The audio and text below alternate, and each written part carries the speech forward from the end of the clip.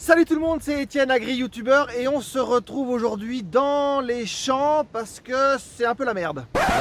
C'est un peu la merde. Merde. Bon alors sur les passages de roues, forcément c'est plus tassé, donc l'eau reste un peu en surface. Vous voyez, si je marche ici, bon bah ça marque pas trop. Honnêtement, je m'attendais à pire. C'est pas encore trop mal. Il y a du fumier qui a été mis, on voit pas très bien, mais en gros de là jusqu'à la fin de la parcelle, il y a du fumier qui a été mis. L'autre partie là n'a pas eu de fumier. Je pense que le bas, de la parcelle, là on est en haut. C'est en pente, je sais pas si on se rend bien compte, mais c'est en pente, ça va en descendant là. Là, le haut de la parcelle, ça va à peu près. Le bas, ça doit forcément un peu plus humide. Dans le fond, dans le bas, il y a un collecteur. Labourer celle-là, peut-être si dans 4-5 jours il pleut pas, ça va peut-être le faire. Donc quand il fait un grand soleil, comme là en ce moment ça va, il y a du vent aussi, donc on se dit peut-être que ça va sécher. J'ai fait un glyphosate il y a 10-15 jours, non il y a 10 jours à peu près. Donc là bon ça va, on voit que ça fait effet. Non, maintenant vraiment la question c'est de savoir si je laboure ou si je laboure pas quoi. S'il fait ce temps-là là, avec du vent et du soleil, pendant 2-3 jours ça doit pas mal, mais la météo, bah, c'est tendancieux, hein, c'est des averses, des éclaircies, donc c'est difficile de savoir. Bon là je vous emmène sur la parcelle qui a eu du fumier et qui est beaucoup plus mouillante. Vous allez voir, c'est pas le même boulot.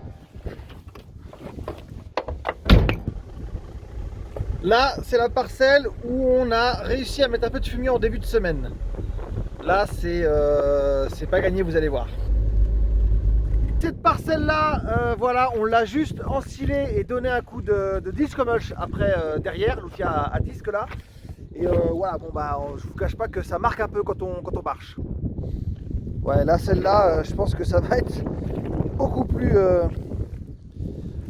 compliqué à semer. Hein, je pense qu'on n'est pas encore rentré dedans. La partie haute de la parcelle, ça va à peu près, honnêtement, ça passe pas trop mal. Si là je marche, honnêtement ça marque pas, quasiment pas. Là ça va. Mais dès que je vais descendre dans la partie basse de la parcelle, ce qui va être derrière moi là c'est là que je m'enfonce bien quoi. Donc en plus il y a du vent. Il y a du vent, tant mieux. Mais bon, s'il fait ce temps là une semaine, ça peut le faire. Si on se tape encore des averses, ça va être compliqué. Alors là on est dans le régrat trèfle qui a été semé derrière un blé. Pareil, là, il serait bon à faire une coupe là.